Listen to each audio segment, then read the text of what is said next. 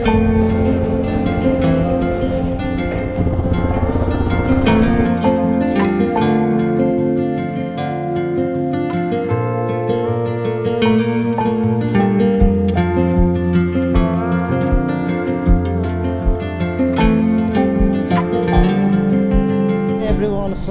स्वागत छ फेरि पनि अर्को यो एपिसोडमा। अनि तपाईहरुले अहिले भर्खरै हेर्नुभएको यो ड्रोन फुटेज एरियल भ्यू, यो चाहिँ निकै अगाडि भन्नाले 5-6 महिना अगाडितिरै मैले उडाएको थिएँ यो चाहिँ। अनि यो चाहिँ मेरो DJI FPV ड्रोनको फुटेज विथ तपाईको GoPro Hero 10 पनि एट्याच गरेर उडाएको थिएँ त्यो टाइममा हैन। अनि यो FPV चाहिँ पुरानो फर्स्ट मोडलको लगभग तपाईको यो DJI कम्पनीले चाहिँ पहिलो FPV निकाल्दाखेरिको अहिले आवतारहरू आइसक्यो हैन। त्यो फर्स्ट हो, एकदम ह्याभी वाला थियो हैन। जस GoProहरू पनि माथि एट्याच गरेर मज्जाले 10-15 मिनेट चाहिँ फ्लाइ टाइम उडाउन सकिने त्यो खालको ड्रोन थियो FPV। अनि रिसेन्टली अस्ति पूर्व इलामतिर गएको बेला कन्याममा हामी विश्वास दाइ र म गएको थियौँ। अनि त्यतिखेर उडाउँदै गर्दा एकैचोटि सेन्सर इरर भनेर आयो, झ्याप्पै ब्ल्याक भयो, उनी गगल्स नै ब्ल्याक भयो। अनि एकैचोटि झ्याप्पै झरेछ, कहाँ झरेछ त्यस्तो हाइटबाट झरेको होइन। झर्दाखेरि त्यस्तो इन्जुर भनेको तपाईको GoPro एट्याच गरेको थियो, GoProको त्यो जुन हुन्छ नि माउन्ट, त्यो चाहिँ अलिकति क्र्याक भएको थियो। अनि बाँकी अरू सबै सकुसलै थियो, सबै ठिक थियो, केही भएन। तर त्यसपछि उडाउनु खोज्दाखेरि सेन्सर इरर, अनि त्यतिकै ट्राई पनि गरेको थिइनँ। त्यतिकै 5-6 महिनै भइसक्यो त्यसपछि लगभग नउडाएको पनि, त्यत्तिकै थन्किरहेको थियो। अनि आज चाहिँ यसो हेरेको, ट्राई पनि गरेँ, तर गगल्सहरूले सबै गगल्सहरूमा रेस्पोन्स आइरहेछ। उता यो FPV को क्यामेराको सबै कनेक्सन भइरहेछ। मात्र के चाहिँ फरक छ भने त्यसमा त्यही सेन्सर इरर भनेर त्यो इरर भइसकेपछि ओपन गर्नु फ्लाइ गर्नु नमिल्दो रहेछ, मोटरै चालु नहुँदो रहेछ। अनि म चाहिँ ठ्याक्कै अस्तिबाट एउटा एडहरू पनि हेरिरहेको थिएँ। उता हाम्रो यो जोरपाटीमा चाहिँ ड्रोन हस्पिटल नेपालले चाहिँ रिपेयर गरिरहेको अरू ड्रोनहरू। अनि मैले सोधेँ FPV को लागि चाहिँ छ कि छैन भनेको, FPV पनि हुन्छ भनेको थियो। त्यही भएर चाहिँ म चाहिँ अहिले चाहिँ जोरपाटीतिर गइरहेको हो है। त्यो एकैछिन अब जोरपाटी गएर के कस्तो रहेछ त्यसको प्रब्लमहरू यसो बुझेर बनिन्छ भने ठिकै छ, बनिएन भने पनि के चाहिँ गर्नु र हैन। हुन त सफ्टवेयरको प्रब्लम छ यसमा, हार्डवेयरको चाहिँ छैन। अब सफ्टवेयरको यता हार्डवेयरको चाहिँ अब त्यहाँनिर चाहिँ पहिल्यैदेखि नै छुद्र भएको खालको ड्रोनहरू पनि बनाइरहेको भिडियोहरू देखिरहेको थिएँ। अब हेरौँ, यो मेरो चाहिँ हार्डवेयरको भन्दा पनि मलाई जहाँसम्म लाग्छ सफ्टवेयरको प्रब्लम हो, सेन्सर इरर भनेपछि होइन। अथवा कुनै केही त्यस्तो फुटेको त छैन, अब इन्टरनल केही त्यस्तो इफेक्ट भएको छ भने त थाहा भएन है। त्यही अब उता पुगौँ, हेरौँ बन्ने भने त त्यसपछि फेरि मजाको हामी FPV को फुटेजहरू हेर्छौँ है त गाइजहरू है।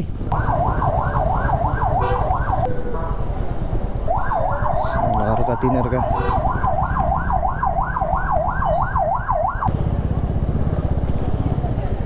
र गाइज म चाहिँ अहिले यो जडीबुटी चोक आइपुगेको छु। यहाँदेखि चाहिँ म चाहिँ सिधै अगाडि जानु पर्ला। अब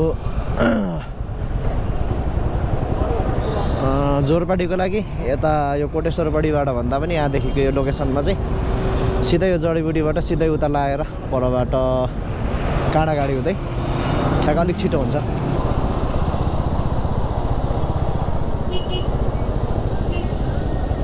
300 मिटर अगाडि मात्रै छ।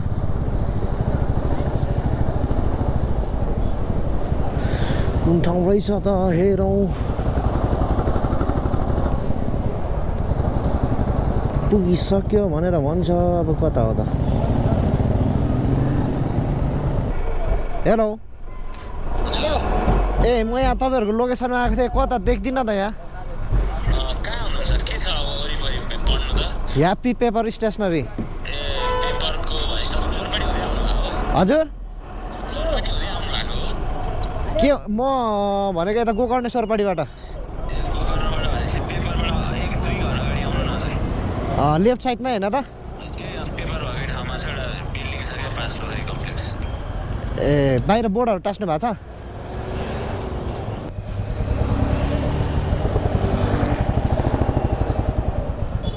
आम्मामा कत्रो अग्लो यार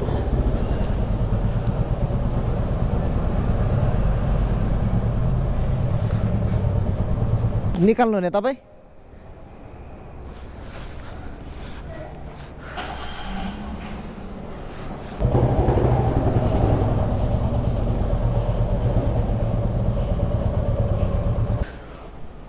आइपुग्यो अब लगाउँ है त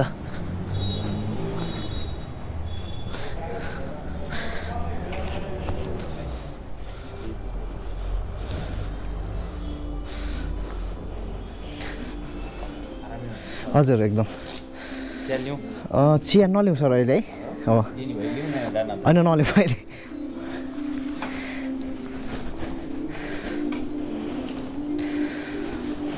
मेरो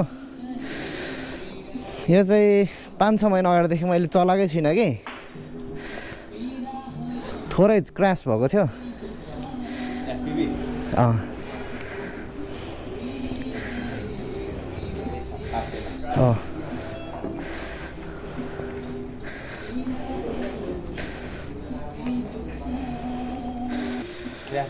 क्रास भएको अनि अहिले सबै ठिकै छ सेन्सर इरर भन्छ क्या एउटा भिजन सेन्सर इरर समथिङ त्यस्तै हो भिजन इरर भयो भने उड्न त उड्छ होइन त्यो स्टार्टै भएको छैन क्या मोटर स्टार्ट भएको छैन के इरर होला भिजन इरर आयो भने चाहिँ विनहरू चाहिँ उड्छ होइन हजुर हेराउन थाहा हुन्छ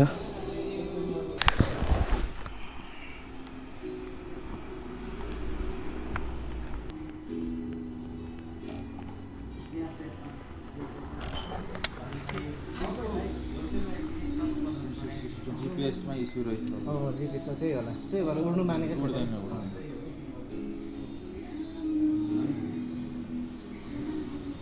के भएर त्यस्तो भएको क्र्यासै भएर होला हो राम्रै इम्प्याक्ट परेको थियो यहाँ माथि जिपिएस लेखेकै बोर्डै हुँदैन हो गोप्रो माउन्टले छिक्यो होइन त्यस्तो इम्प्याक्ट त केही त भएको छैन हुनुपर्छ के छ टाइम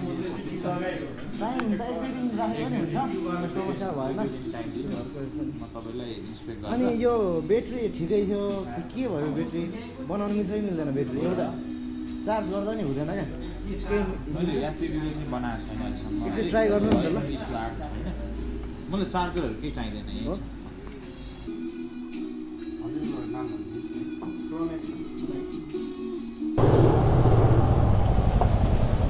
त्यही अब केही दिन लाग्छ होला जिपिएस सेन्सर इरर भएको रहेछ अब के कस्तो हुन्छ होइन कति टाइममा बन्छ कति खर्च लाग्छ त्यसपछि नै अगाडि प्रोसेस चालौँला बाँकी हेरौँला है बन्नेछ राम्रै नर्मल प्राइसमै बन्नेछ भने त फेरि दामी दामी खालको हामी हेर्छौँ हाम्रो फुटेजहरू है त एफपिभी फुटेज एफपिभी सर्ट्सहरू त्यही हो अब म चाहिँ हाम्रो लिभ स्मार्टको सोरुम जान्छु त्यहाँ हाम्रो निरज मास्टर साहबसँग भेटघाट गर्ने अनि त्यहाँनिर हाम्रो विश्वास मास्टर साहब पनि त्यहाँनिर आउनुहुन्छ एकैछिन जम्का भेट गरेर हाम्रो निलो पुलमा अनि त्यसपछि चिया चाय हानेपछि चाहिँ त्यसपछि रुम फाइनली लाग्छु है त आजको कामहरू यस्तै थियो माथि हेर्नु सक्नुहुन्छ पुरै धमिलो छ होइन पानी पनि पर्ने सम्भावना छ आज अस्ति पनि हल्का फुल्का पानी त पऱ्यो क्यारे है आज पनि त्यस्तै छ अवस्था चाहिँ चिसो छ मौसम पुरै आज त्यस्तो राम्रोसँगले घाम पनि लागेन आज दिनभरि नै बिहान चाहिँ अलिअलि लागेको थियो के अरे त्यसो त खासै छैन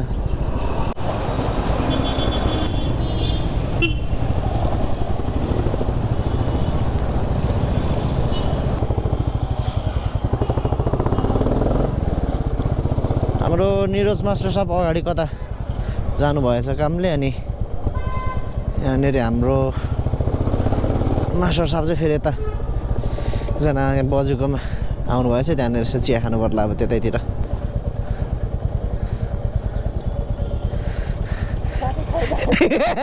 हजुर हजुर ए तपाईँ पनि पुग्नु भएको थिएन ए हो हजुर लागौँ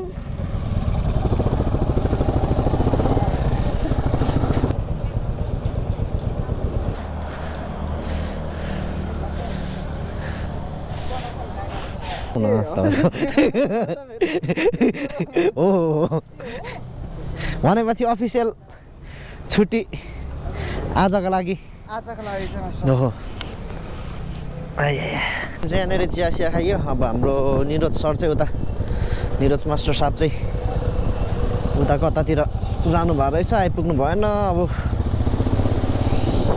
रुम लाग्नु पर्यो है म चाहिँ अब यता पनि लाग्छु ल हुन्छ हामी भोलि जोगाजोग गरौँ न ल हुन्छ नि त हुन्छ हुन्छ तपाईँलाई पनि हुन्छ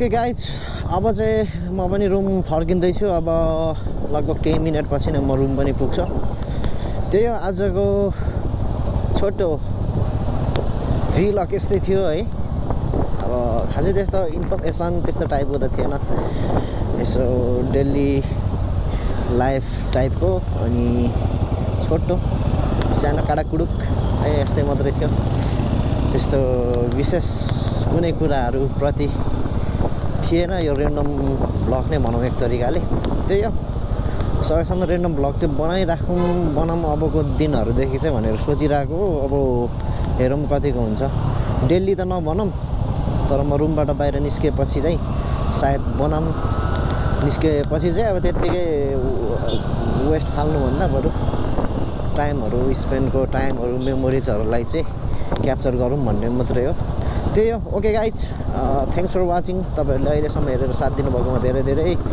धन्यवाद दिन चाहन्छु सबैजनालाई है जसले हेर्दै हुनुहुन्छ अहिलेसम्म त्यही हो र अब फेरि पनि अर्को भिडियोमा भेट्ने बाचाको साथ आजको लागि okay bye bye see you in the next blog thank you